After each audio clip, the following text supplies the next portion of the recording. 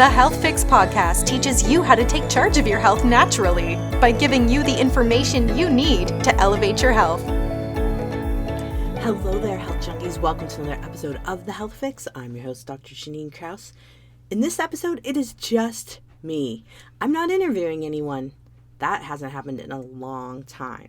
So I'm just breaking 200 episodes, with this one being episode 201. And I decided, you know what, I'm going to go back to basics. And this is the theme that has been happening in my universe in terms of seeing patients, is going back to basics. So what does that mean? Well, I'm going to talk about 7 things that I have found that we need to master to make sure that we are totally taking care of our health and optimizing our health. Now, what I've found is if we're not mastering these 7 things, we are not going to be able to have other things work well.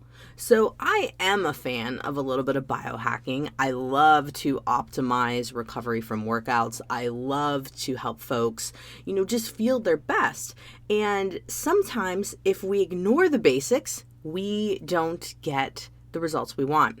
And this is one of those things that I've had to find out over and over again as I move through my career. And in this case, I decided, you know what?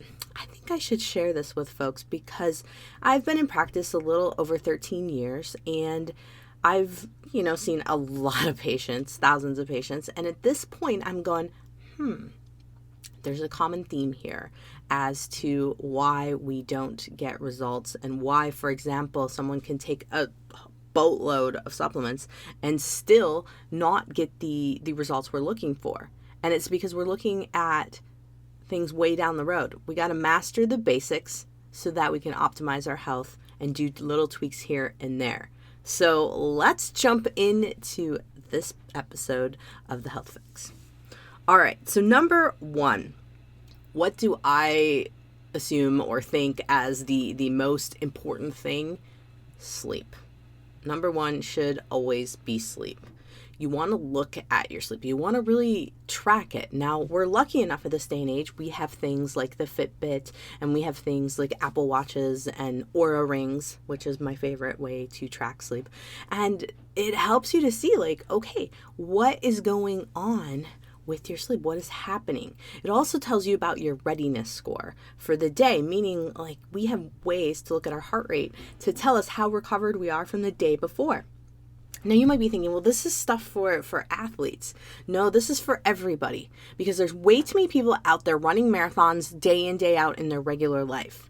Now, I'm not saying they're virtually running marathons, really running marathons, physically running marathons. I'm saying they are in their head, they're thinking, the stress that they have is making their body think that they're going on some long journey and that they need to use all these resources up, which over time leads you to a point where you become extremely fatigued. This is the root source of chronic fatigue.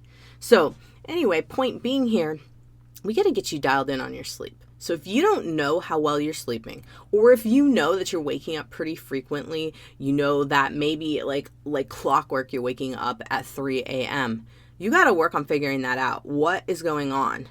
Is it up here in terms of your mind going? Is your cortisol racing? Is it a food sensitivity? Did you eat too late? Or is it hormones? In particular, both ladies and men will drop on their levels of progesterone as they get older. And what happens to us? Well, we have trouble sleeping. So it's common for folks to kind of know about ladies supplementing with progesterone in the evening to help sleep, but not guys. And this is a big deal, something to think about. Guys need about 1/16 of the amount of us ladies do, but I have found that for guys who cannot sleep, sometimes adding a little progesterone can be key. So this is something to really think about. The other big thing about sleep is oxygenation. I am shocked by the amount of people who need some help with oxygenation overnight. And they're not at altitude at all. This is sea level business. These folks go to altitude, they're going to have a whole another gamut of issues. I worked in Breckenridge for 6 years, and I saw the effects of high altitude on folks who were newbies coming in, but also when folks started to dysregulate and not be able to breathe effectively overnight. And what is the common denominator? Fatigue, inability to recover from the day before, aches, pains, tendinitis that won't go away, plantar fasciitis. All of these things are part of not sleeping effectively and not oxygenating well overnight. So these are things that you need to be looking at. You need to ask your doc, can I get a sleep study? Now, chances are most insurances will cover it. Now, there are some times when they don't, so you have to kind of think about, do you snore? That's one of the ways to get you in to get that test done. Do you have trouble breathing at night where you're gasping? Does your partner say, wow, you are super restless at night? Or are you so sleepy during the day you're falling asleep, almost like you think, man, do I have narcolepsy? It's called daytime somnolence. Those can be all things you can use to get these tests done. So I'm just mentioning that should you be on your journey of working to try to figure out, why are you so tired? Why can't you recover from workouts? Why can't you get through a workout? Why do you feel like crap? Look at your sleep. I highly, highly recommend it, and consider doing a home sleep study. You can get that done. You know, you have to ask your doc to have a referral for it, but it's a great place to start to know if you are not oxygenating well overnight. So oxygenating well overnight, is that happening? Sleep in terms of, do you have quality sleep just in general? So looking at hormones like cortisol, looking at hormones like progesterone, do we have some things off there? Ladies, if you're night sweating and things of that nature, also estrogen can be a factor in this department. So, and also daytime sweats, big deal. Also, if you have acid reflux, you notice that you have some food sensitivity, some foods bother you. For example, myself, I'll give you a little example on me. If I eat anything that has dairy in it, I'm not going to sleep well that night.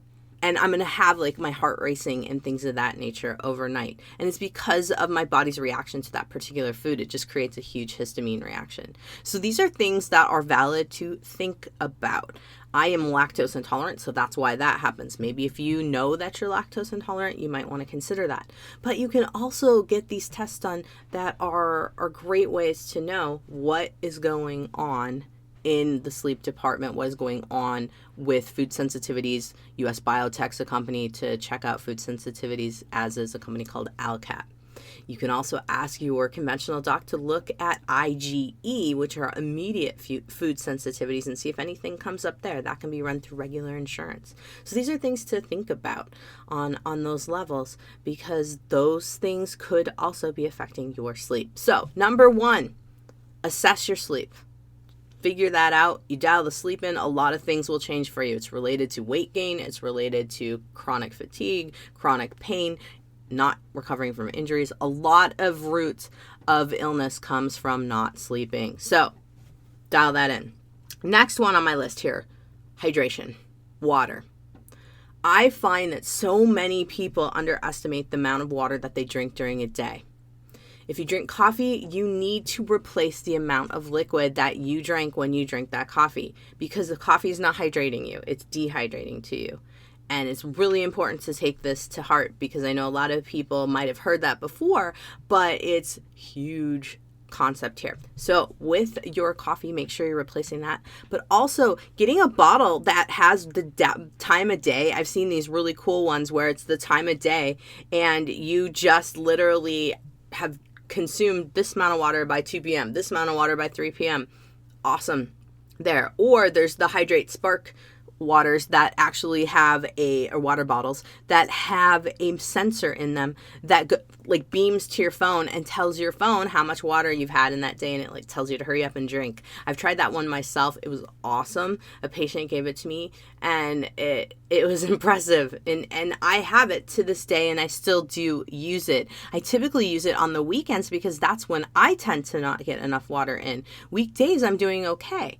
So something to think about, something to track, something to watch, because if you're not properly hydrated, you could have hunger signals and feel like you're super hungry, but you're really not. You could also have issues with your mitochondria, every single one of those little factories in your cells that have them that make energy. So if you're not hydrated enough, well, what's going to happen? You're going to have trouble recovering from workouts. You're going to have trouble recovering from the day. You're going to have tight muscles. You're going to have issues with circulation in general. which leads me to my next point of what you need to dial in: circulation. Holy cow, if I can't talk about another thing that's so important, second to sleep and water, circulation is up there. We have had this pandemic. I'm recording this during still the pandemic going on. And with the pandemic, we're finding that improper circulation in the lungs or poor circulation in the lungs and heart are pre-existing factors, or if you will, they're factors that would have you be more susceptible to getting the coronavirus. And as I look at circulation, and I've thought so much more about it throughout this year, I'm like, well, wait a minute. Circulation is vital to so many different conditions. Let's think about this here. If you have sufficient blood flow going to your joints, going to your muscles, going around your tendons and ligaments, they're going to be able to repair better because they're getting the nutrients they need to repair. They're getting oxygen to them. But if your body is not great at circulation, meaning you're not moving enough during the day, you're not standing up enough during the day, you're not doing some form of movement exercise, and say you're dehydrated on top of it, or you're not breathing well to help your body circulate all of this blood, we're going to have trouble recovering. Right? We're going to have trouble recovering from our aches and pains. We're going to have trouble recovering from the day. And if you're not getting enough oxygen overnight, now we're also having trouble getting oxygen to these tissues. So I've seen a lot more tendinitis that shouldn't be lingering as long as it has. I've been seeing a lot of tendinitis in the fingers and hands because people are now on Zoom meetings all the time and not getting up from their chairs as much because it disrupted their regular routine at work. So we need to be thinking about this concept of circulation on a couple different levels. One, the general level, like I just talked about, more movement, more getting up, more, moving areas that maybe you haven't moved before. And not before, but for a very long time is my point. I'm shocked about how lacking of shoulder mobility folks have. Like reaching overhead, reaching out to the side, reaching behind them, taking one hand and patting their back, other hand and kind of touching the lower part of their back. These are things that are huge, but somehow we've lost the ability to do this because we don't do it on a daily basis. One of my favorite ways to move all of the different joints in a very fluid and nice manner is Tai Chi. I like Tai Chi over yoga in this sense. Now, yoga is great for relaxation, mobility too, but yoga tends to repetitive back and forth motions, a lot of them. And so sometimes I'll see folks who are yogis who have just overdone it in terms of the different repetitive motions there. We need to mix it up. That's the point here. It's not that I have anything against yoga. It's just that we got to mix it up a little. And so Tai Chi has fluid motions where your hands are going back and forth. You're moving your wrists, you're moving your shoulders, you're moving your hips in ways that you typically don't. Because most humans go forward, backward. We're not going side to side, and we're not twisting as much as we should. And these are the injuries when we go side to side and when we twist, we hurt ourselves. So the idea here is enhancing microcirculation.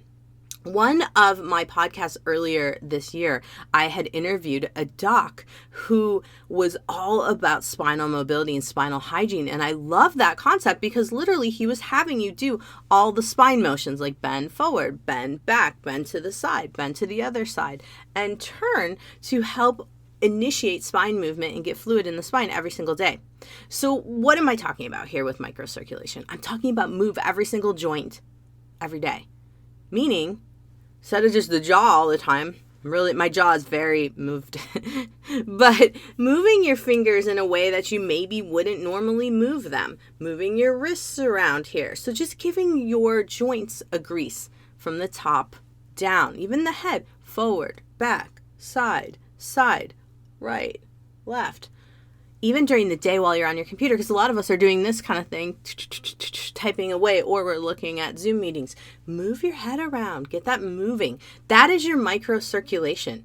That helps on such a huge level. I can't tell you. Now, you can also enhance it a little bit more by doing something called contrast hydrotherapy. This is 3 minutes of hot and 30 seconds of cold, repeated three times. Lots of threes there. 3 minutes hot, 30 seconds cold, and 3 rounds. So the idea is you put a hot pack on. Say your neck's bothering you. Put the hot pack on there. Then put the cold pack on 3 times.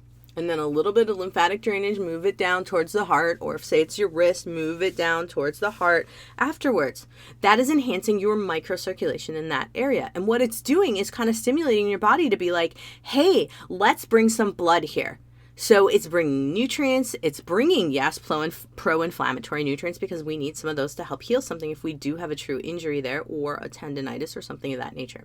Then we're adding ice to flush those things back away. So we're stimulating circulation for ourselves. And sometimes we need to do that when we have a tendonitis or some kind of ache or pain.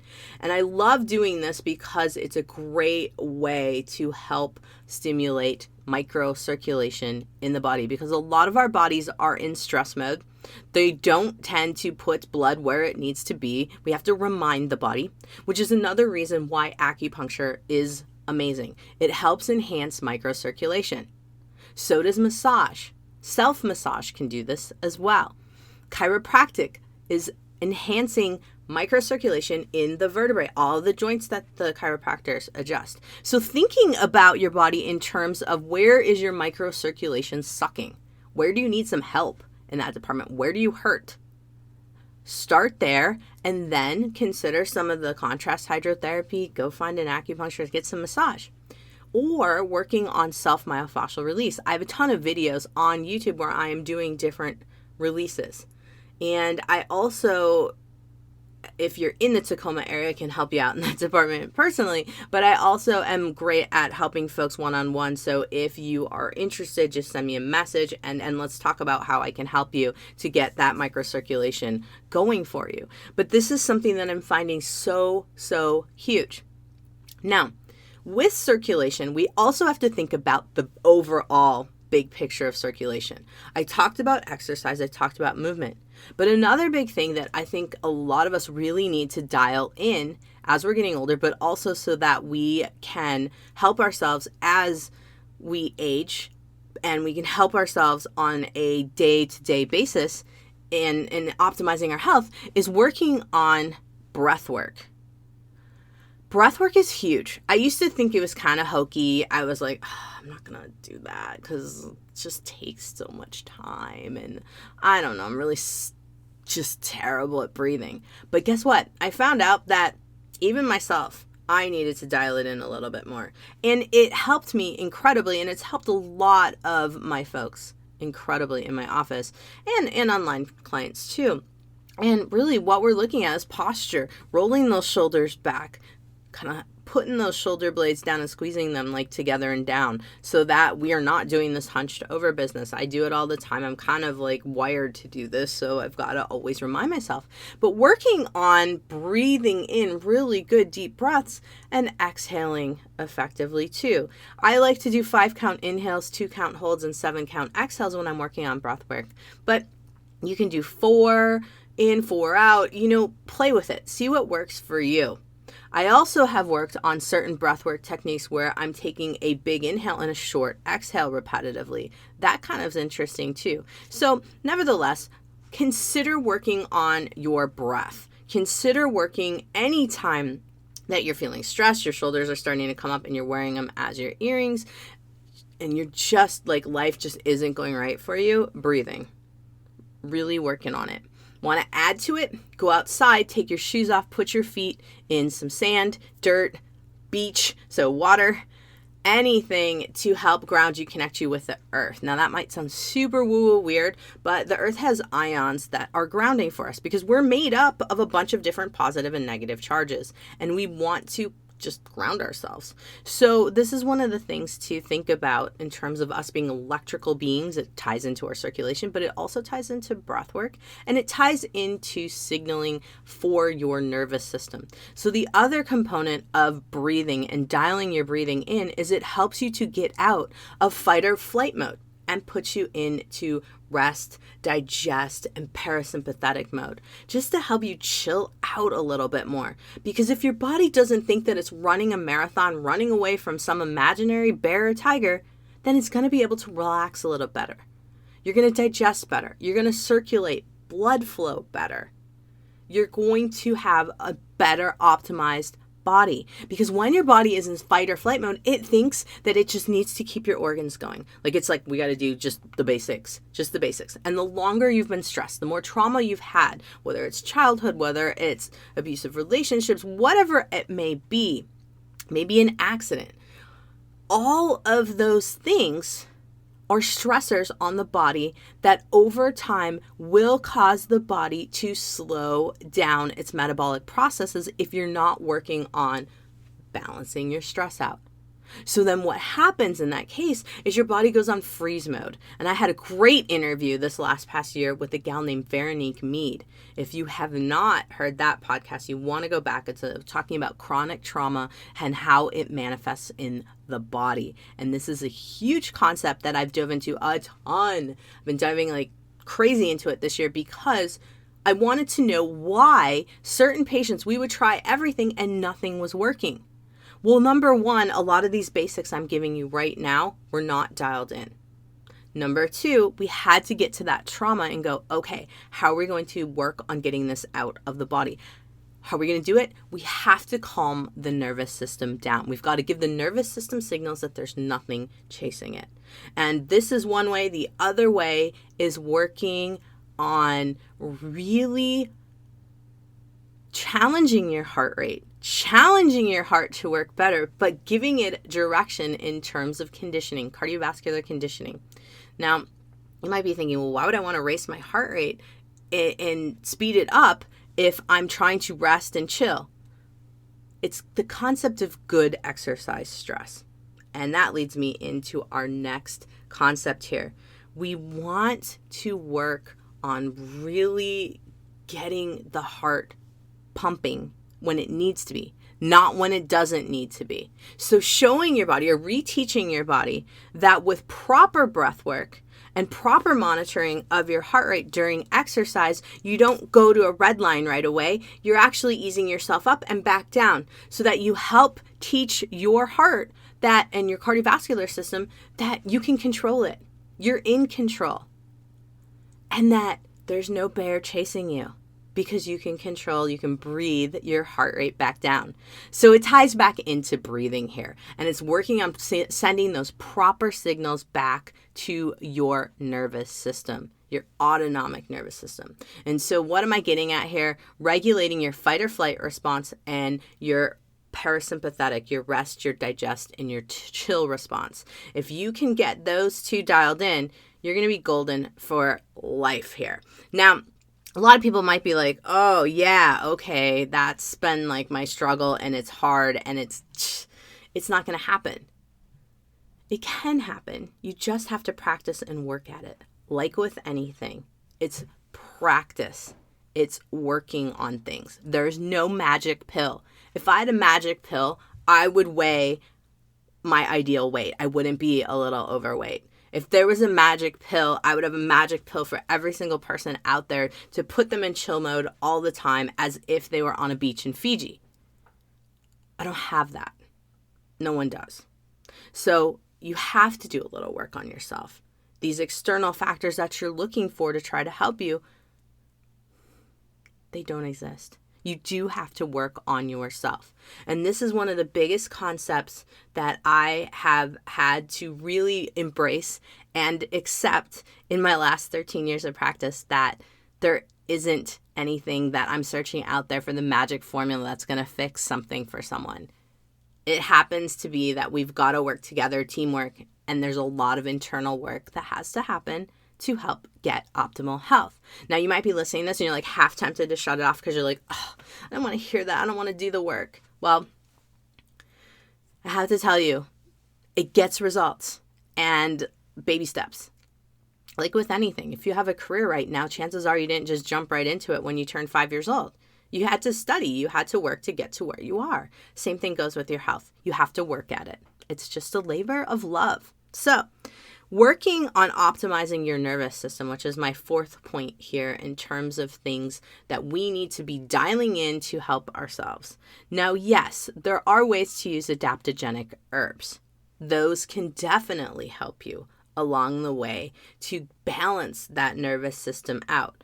Ashwagandha is one of my favorite. Rhodiola is one of my favorite. I use ashwagandha to chill folks out. I use rhodiola to boost folks up. Holy basil is another great one for chilling. They're kind of like my favorite 3 out of the ones that I'm like, yes, these are great ones to work. L-theanine is a derivative of green tea of all things, and it is a great one to help with a nervous system that just kicks off a lot of epinephrine and norepinephrine, so adrenaline. And that guy, you can go up to 1,600 milligrams a day. Pills usually come in 200 milligrams, but you can adjust that seeing how you feel. And sometimes some folks need it during the day if they're chronically prone to panic attacks. And so the adaptogenic herbs and L-theanine, things of that nature, these are great for helping folks while they're adjusting, while you're working on getting the basics down. So I'm not saying that I wouldn't give someone an adaptogenic herb. I'm just saying it's not the end all. You got to do a little work for yourself. That makes sense. All right, so that's the nervous system. You got to dial that sucker in. Working on breathing helps here because it also helps with circulation. So I kind of ran numbers 3 and 4 together. Number 3 of my list of help here is making sure you get the circulation and microcirculation going. And number 4 is working on breathing for the total circulation, but also working on regulating the nervous system using breathing. The other way that you can regulate your nervous system is looking internally at your purpose. What do you want to do in life? Are you doing what you want to do? But you also want to look at your values. Are you living in congruency with your values? Because if you're doing things that don't align with how you feel, you're going to have a heck of a hard time, a hard go. And for me, in practice, I kind of started feeling like I was giving all of these supplements that I didn't want to give. I wanted to work on the underlying stuff, like what I'm talking about right now. And guess what? When I did that, I started to feel a little bit more free in practice and a little bit, more liberated. So really important to look at, are you living within your values? What do you stand for? What do you not stand for? And are you in alignment there? If you're not, that's another thing you need to address with your nervous system and really working on that. So those are big, big things there. Looking at your nervous system, working on cardiovascular conditioning. There are a lot of folks out there that are conditioning coaches. They've been certified in something called bioforce conditioning coaching, something that I am certified in. And while a lot of them are trainers, athletic trainers, a lot of folks are using it to get folks back into fitness in a gentle manner to help regulate your nervous system. And by this, what I mean is I'm helping to teach folks how to breathe in a manner with exercise to keep them from overdoing it, from redlining. Now, I've found, though, in practice that if someone's not sleeping effectively, it's going to be really hard to regulate how they breathe and the cardiovascular conditioning. So you've got to have these 2 things dialed in as well. So like I said, we're a whole picture, getting all of these things in. So far, I talked about sleep being the number 1 thing you want to identify and see what's going on for optimal health. 2, I talked about hydration. 3, circulation. 4, we talked about breathing and regulating your nervous system. Number 5 in this case is protecting your microbiome. And when I say microbiome, I'm talking about your mouth microbiome, so your oral microbiome, and I'm talking about your gut microbiome, and I'm talking about your skin microbiome. Because when we hear microbiome, a lot of folks are just talking gut. There is so much more to a microbiome than just your gut. And this is something that we all need to start to think about a little bit. Because with the coronavirus, we're using all of these virucides and we're using all of these chemicals to kill what's on surfaces. And we're using a lot more hand sanitizer than we did back in the day. And back in the day was less than a year ago.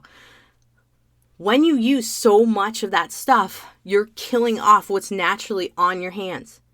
Now, washing your hands with soap, you're going to get the bugs off, but you're also going to leave the integrity of the skin and your barrier there that you need to keep that microbiome going. So what am I saying here? I'm saying wash your hands, obviously. That's like, we learned that in kindergarten. We all know we need to do that. You have seen a million commercials to the point of probably nauseam at this point about that. But that's a good thing. And not antibacterial soaps. I know, counterproductive here in terms of what's been put out in the media. But just wash your freaking hands, right? Water, little soap of a general soap, and like things like Bronner's. I love Bronner's, almond scented, my favorite. But anyway, you're using that, washing your hands, sing the birthday song twice. You know the drill. I'm not even going to go into that. But that'll protect your microbiome on your skin. The other big thing is protecting your microbiome in terms of hydration. So I talked about water and drinking water. That does help. But also you need to be thinking about what's going on your skin layer. Is your skin dry? Are you putting lotion on at all? Or do you just ignore your skin? You're going to be more susceptible to skin microbiome things if you don't hydrate your skin. I use a very simple cocoa butter type of topical that is made for me by a dear friend. And so it's very simple. That's the only thing. It's cocoa butter and a little bit of calendula, and it goes on and boom, done. Simple stuff. Now, I have a lot of folks that just hydrate with coconut oil. I'm fine with that. I think that's great. And for the face, I don't necessarily recommend coconut oil unless you're super dry. I often will look at jojoba oil. So Jojoba, jojoba oil. That is a nice one for helping maintain the integrity of the skin without overdoing it. Because a lot of times we have acne, it's because we are dry, not too oily, especially in our older ages. So something to pay attention to. So I highly recommend doing that. I'm also a huge fan of sea salt scrubs and soaks for the skin microbiome. Sea salt has an amazing ability to regulate the microbiome. We've used it for many years, but that research just doesn't always come to the forefront. We hear about all these other things to maintain the integrity, do this, do that. Well, sea salt, great for scrubbing. I do it once, twice a week, just a nice maintenance for my skin because I have an issue where I get a lot of skin yeast infections. I've had them since I was a kid. So sea salt, scrubs. Face, you can also do one as well and then follow up with a moisturizer. The next thing to think about is the oral microbiome. I did a great interview this last year with Dr. Karosh Madahi. Apologize there for the first name butchering, but Dr. Madahi is amazing. He's in LA and he has his own product line of toothpastes called Oral Essentials. Love it. It does really work to help to regulate what's going on in your gums. If you have any gum issues, so like gingivitis or gum inflammation, this stuff can cause serious oral microbiome issues and feed down to messing with your gut and your sinuses too, which one thing I failed to mention, I'm going to mention it right now, is your sinus microbiome is a big deal as well. So knowing if you've got some allergies or if you're chronically stuffy and you're like using Flonase like it's going out of style, you might want to be thinking about your sinus microbiome. And this is where neti pots come into play and sinus rinses like the Neomed rinse. Or if you're like not into any of that, steam inhalations to kind of help open up those sinuses a little bit better. Plus, you might want to explore if you have any mold in your house. Now, that aside, jumping back to the gums, I digress. So in the gums, if you have sea salt and you can rub a little sea salt, good quality sea salt, there's tons at all the natural food stores, just like 3 or so grains, and rub a little bit with some water on your gums once, twice a week. That helps to help with the oral microbiome in your mouth. Using Oral Essentials types of toothpaste, so this is a natural based type of toothpaste with a lot of research behind it, by the way. So you can go to oralessentials.com and get all of the research I'm talking about here that shows how a certain toothpaste can actually help with your oral microbiome. The other way to do it is you could do saltwater rinses too and saltwater gargles. Swish that stuff around and spit it on out. That helps big time with your oral microbiome. So does hydration, drinking your water. Now the next thing is the gut, protecting the gut. I don't know how many gurus out there are now of gut and leaky gut and this and that and the other. I personally have worked a ton with patients on SIBO, so small intestine bowel overgrowth, yeast infections in the gut, all kinds of stuff in the gut. And the one common denominator really comes down to, can we maintain the beneficial bacteria on the gut lining? When someone's gut just repetitively will not get better, a lot of times we're looking on the fact that we need to work on the gut lining. hands down. What have I found to be the best repair thing for the gut lining? Something called BPC 157. Sounds like a German U-boat, but it is a peptide to help to heal up that gut lining. I love BPC. It comes in capsules. It comes in an injectable form. The capsules are what you want for your gut. The injectables are great for healing tendinitis, tendon, ligament strains. Love it for that. Muscle strains. I use it all the time in my office for injuries. But in the gut capsule form, it is amazing for healing up the gut. You can get it from certain folks that are involved, so docs like me, who work with compounding pharmacies. Right now, I'm using a company called Wells Pharmacy for my BPC capsules because TaylorMade, who I have talked about before, is no longer making BPC 157. Now, there is a supplement version of BPC, and BPC, by the way, stands for Body Protective Complex. There is a supplement form of it from a company called Dr. Seeds. So you could find that online and take that one as well. Do I know in terms of hands down one working better than the other? I'll be honest, I do think that the compounded version of BPC 157, so Body Protective Complex 157, is so much more effective. But, cost-wise, the capsules do cost around $200 for a month's supply, whereas the peptide BPC, just generic one, by Dr. Seeds is around $60 for the month. So you got to kind of weigh out your options here. Now, there's great research coming out of Croatia and Eastern Europe in terms of the BPC helping with chronic gastric ulcers and all kinds of things in terms of inflammation on the gut lining. So this is something to watch, and I've seen great results with my patients. It's working stronger than things like glutamine and collagen. Not that I think that glutamine and collagen are bad, it's just things to consider. Mega Mucosa is a product by Microbiome Labs. I do think that Microbiome Labs has great products to help to restore the gut lining. So if you're interested in that, microbiomelabs.com.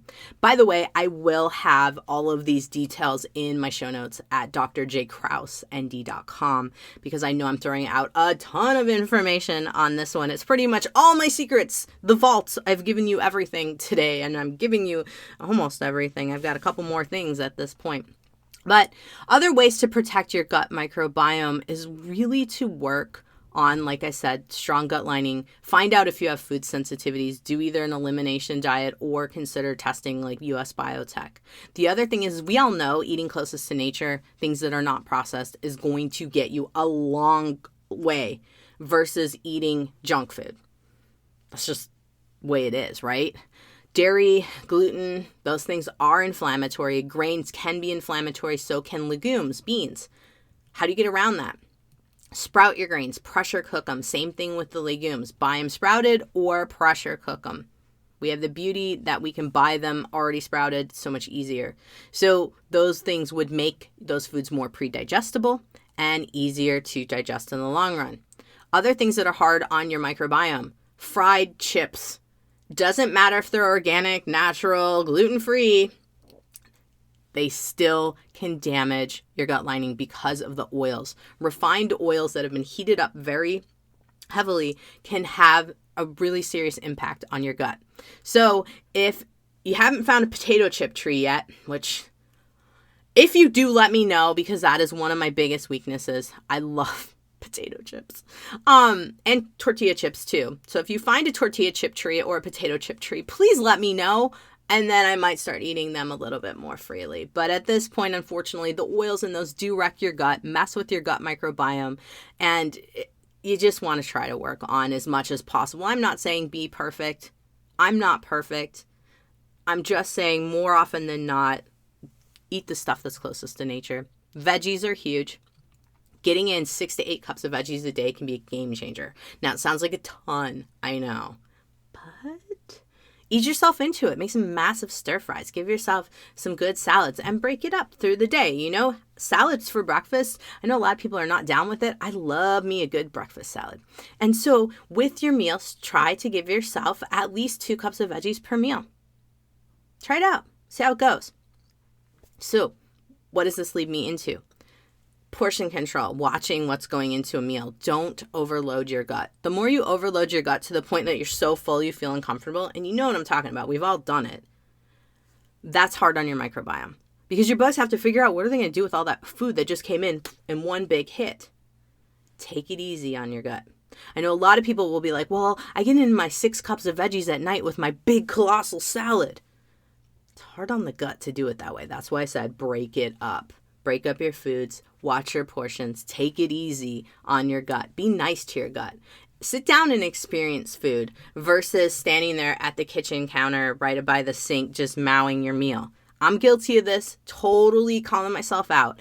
But really, sit down, experience meals. The more you sit down and experience meals, you're going to send messages to your autonomic nervous system that there's no bear chasing you, you're not eating on the run. It's all good. But also you're going to break down that food better. It's going to be easier on your gut. The signaling will happen. Because if you quick shove down food and then you're off to the next thing, your processes that happen with digestion can't do what they need to do.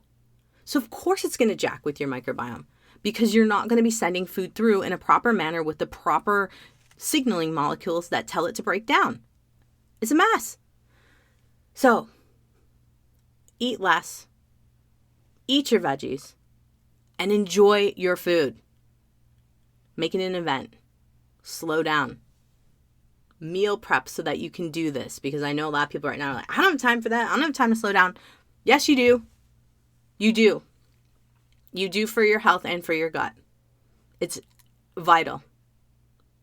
You will solve a lot of your issues if you can get your gut breaking things down better over time, because we lose digestive enzymes as we get older. Why do we do that? I kind of think we lose them because we are beating up our gut all these years ahead of time. So please slow down. Enjoy your food. It's meant to be enjoyed. It's not a mission. All right. So next one, optimizing cell signaling. What does that mean?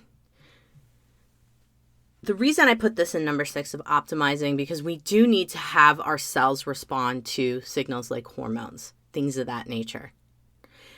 In particular, one of the biggest factors that I see over time and why like a lot of people tend to start gaining weight, why we tend to have all kinds of cortisol issues, blood sugar issues as we get older, is because our cells stop responding properly to signals. Why do they do that? 1, overloaded.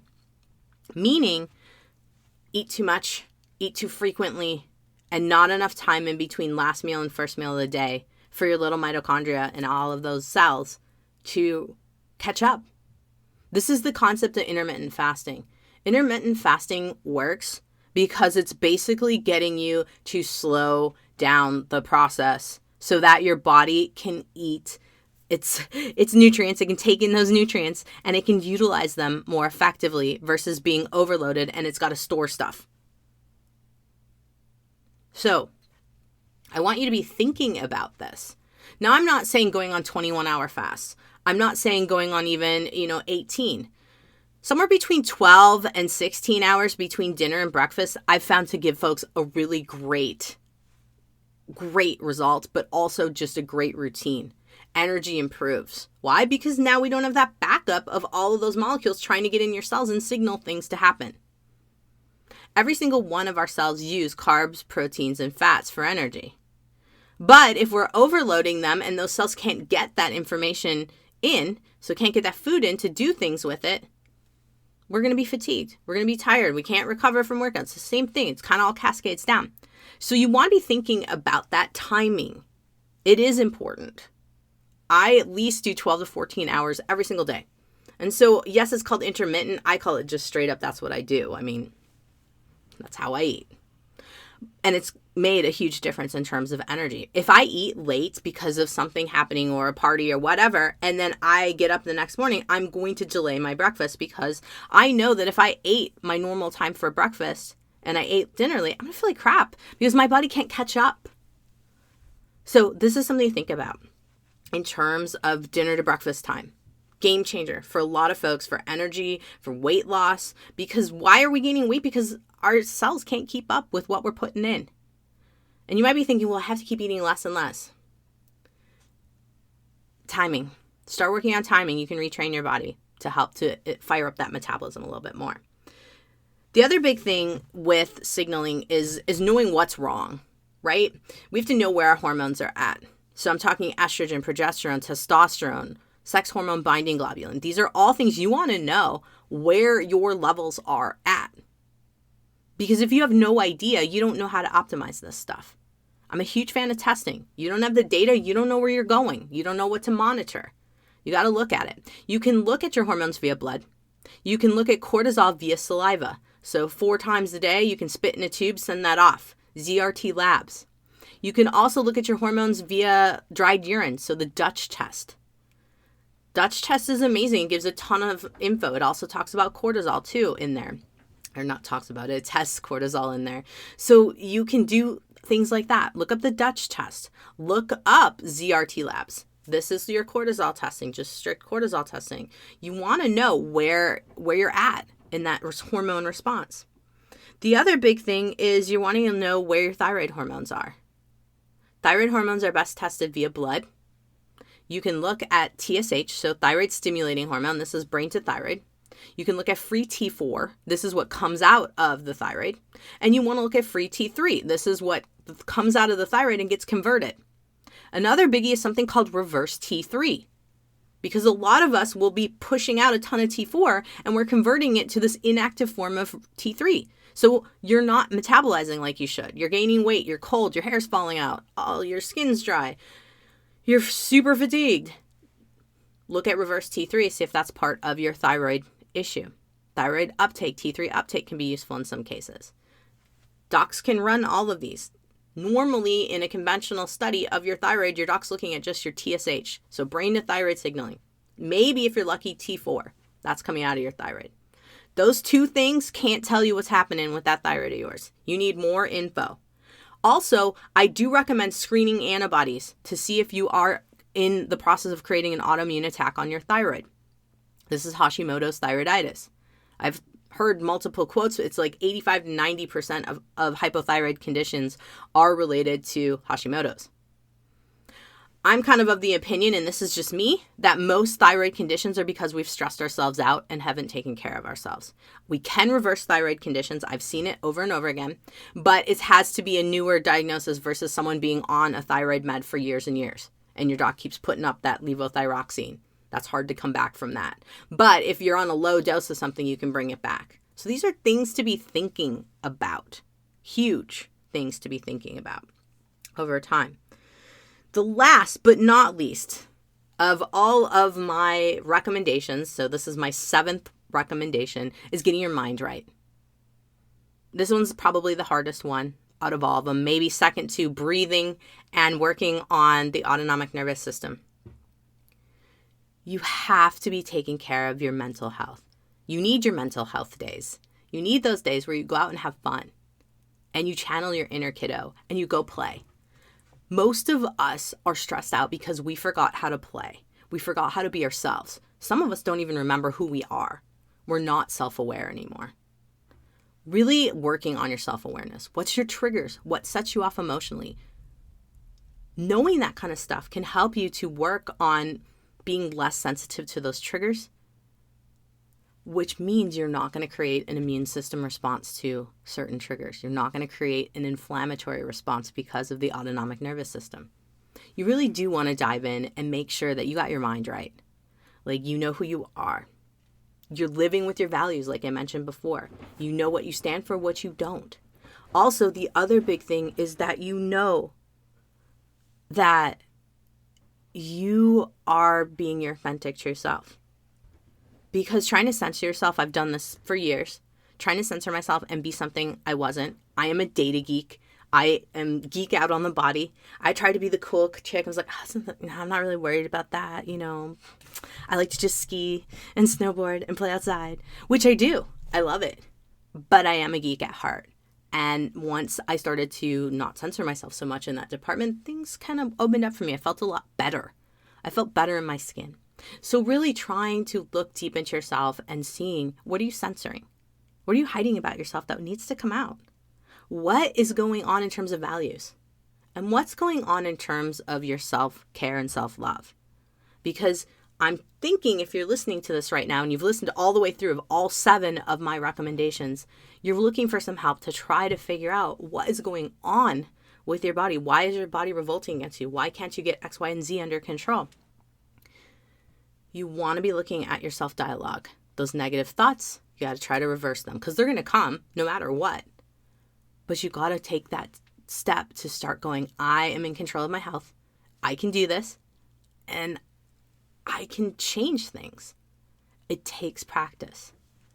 And that is what all of this is about today. All 7 of my concepts. Getting your sleep. Making sure you're hydrating. Making sure you're circulating blood flow. Making sure you're breathing and regulating your nervous system. Making sure you're taking care of your microbiome. All of it. Making sure you are working on optimizing your hormone signaling and taking care of yourself. Working on being you, getting to know you and explore yourself and learn so much more in terms of what makes you tick are huge. They are the foundation to getting optimal health. Yes, supplements could be built in here and there, but not relying on supplements as the external factor that's going to propel you forward in your health. Practice. I used to always hear this, practice makes perfect. Practice makes perfect. Okay, no one's perfect, but practice helps a lot. And not expecting that day 1, day 2, or even day 32, you're going to have things mastered. You're a work in progress. We're all works in progress. And our health is something that should be practiced, much like a medical practice. So nevertheless, I wanted to put this out for you so that you could just get a sense of where this doc in particular has been in terms of practice and what I've seen and what's working. Once we get all these things dialed in, then it's time to move to the next steps, working in supplements to dial in health. Do I think we need buckets of supplements? No, I don't like to give people more than 5. Like that's maintenance there. But these are things that we're overlooking. And I highly recommend you check into all 7 of these before you start getting frustrated and spending so much money blowing through all kinds of different supplements in your quest to find something external that's going to solve all the problems. So that's my spiel of the 7 things you need to do to optimize your health. I'm going to have those in detail form in my notes of this podcast episode 201 at drjkrausnd.com. So if you've been with me for a while, I really appreciate you listening. And if you're new to this podcast, like it, review it. I appreciate the support. And I'm going to keep coming up with more tidbits over time. And I will still continue to do interviews. Don't worry, I'm not going to a solo podcast. But I'd love to hear feedback from you of what you want to learn and what you want to hear. I'm here for you to help you to understand and navigate the alternative health universe, but also just figure out yourself. Alrighty, I'm Dr. Janine Kraus. Have a great day, whatever you're doing. Hey, health junkies, Dr. Janine Kraus here. I hope you enjoyed my podcast. Guess what? I have a Facebook group. It's called Anti-Aging Health Tips with Dr. Janine Kraus. So if you want a little bit more of the Health Fix podcast, head over to my Facebook group and let's chat. Now, I'm also offering a health transformation and restoration program. It's a one-on-one with me.